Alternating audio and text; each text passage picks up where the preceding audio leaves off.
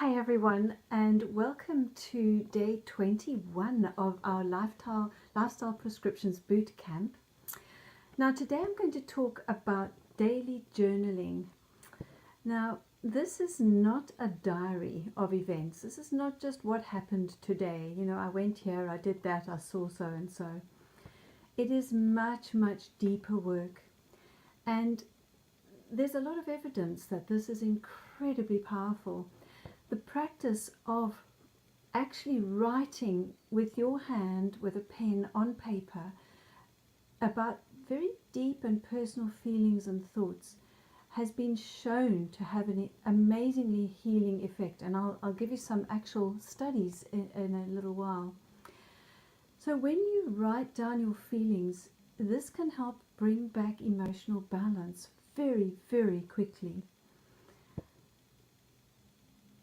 Now, I'm just thinking, when you do this, writing down these feelings, you need to write with intention and be very specific about looking for the emotions behind events or, whatever's really worrying you or troubling you. There was a study, I'll just give you one of the studies. It was a 4-day study where they had students, 2 lots of students, writing, and they only 4 days, and they showed that by writing for 15 minutes a day of very, very focused writing about their most traumatic emotional experience in their life. Okay, that was the one group. The other group wrote about superficial things like shopping and shoes and, the weather and, really kind of surface things.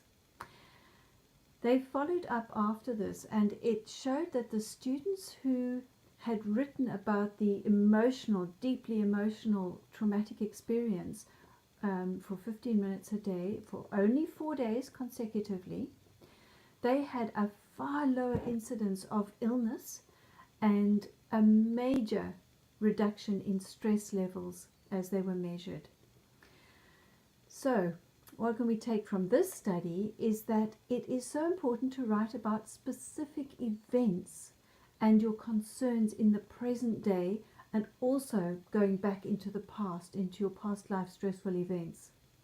Because you remember what we've done in the previous videos about stress triggers and things. If you go back to those past events, you kind of take the root out so that there's nothing to re-trigger you in the present time. Okay, that's why it's so powerful.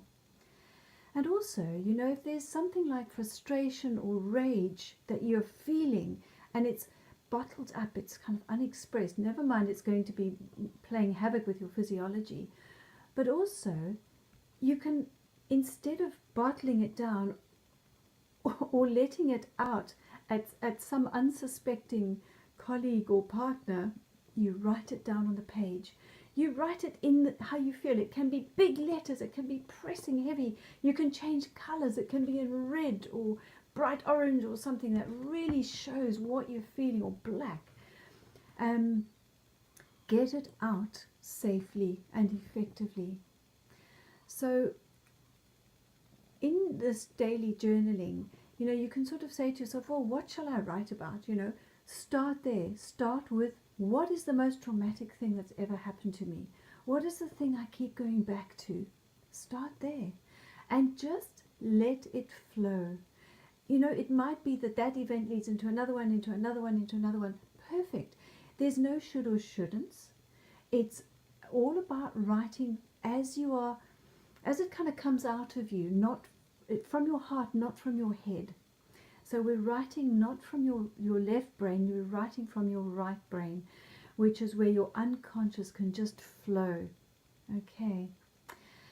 Now, it must be, I'm going to reiterate, it must be personal and specific and with an intention to go deeper.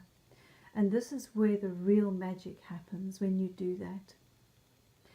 Now, just on a practical note, when you journal, you need to know that what you write is private, totally private and confidential. and that no one else is going to see it, because otherwise you will not be uninhibited in your writing. You'll be constantly in this left brain edit mode and not in your right brain unconscious flow. So how can you do that? If you live alone, that's easy because there's no one to look at it. But if you have other people in the house, lock it up if you can, hide it where you know someone will not find it. Or if that is absolutely impossible, you could shred it daily. You need to know it's safe always. Or burn it. Or if you go to work or go to the shops or somewhere every day, take it with you and throw it away. Or carry a book, the journal, with you at all times. But you know you could never be with you at all times. So find something that works for you, that you are completely uninhibited in your writing and you know your writing is safe. Now, as I've just said, in that study that I mentioned, journaling is an incredibly powerful release technique all on its own, and such an easy one to do. Just provided you let the words flow and you don't filter them, and you don't let your thoughts come into it with your conscious left brain. Do you know there was another study that had 71 people with asthma, and some of them had rheumatoid arthritis. There were two illnesses in that group, and they were asked to write for only 3 consecutive days about their stressful experiences, no matter what they were. In the follow-up, do you know 70% of them experienced improvement in their medical condition? So that's in their asthma and their rheumatoid arthritis, whichever group they were in. Showing again, do you remember we did this, I think it was about 10 days ago, the emotional health connection. I did a video on that. And this is so important, to release the emotions that are stuck in our tissues, in our organs. And in another study, it showed that with only 3 to 5 minutes a day of expressive writing for 4 months, this was a much longer study and obviously much shorter writing periods, do you know that the blood pressure levels of these people all lowered? And they were measuring a couple of parameters. All their liver function results were improved. Now, that is amazing for, if you think about it, just writing a few things on paper. But those few things are very important as to what they are. They are stressful to you and very personal to you.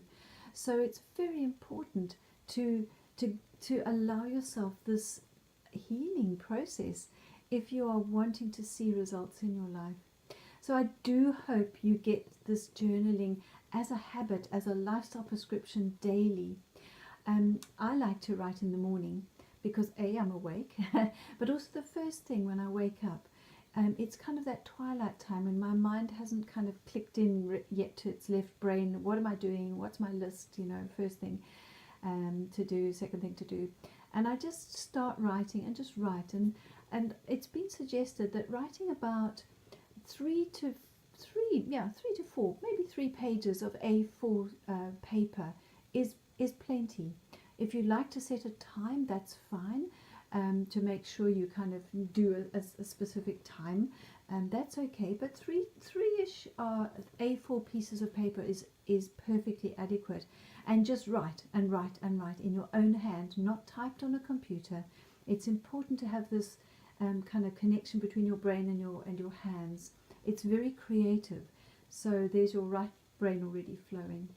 So I hope you do that, and start today as a lifestyle prescription. Start today. If you haven't started journaling, just try it, even 2 or 3 minutes a day, to get started and build up to your 3 pages. I hope you enjoy that. Have fun with it, and I'll see you tomorrow. Bye bye.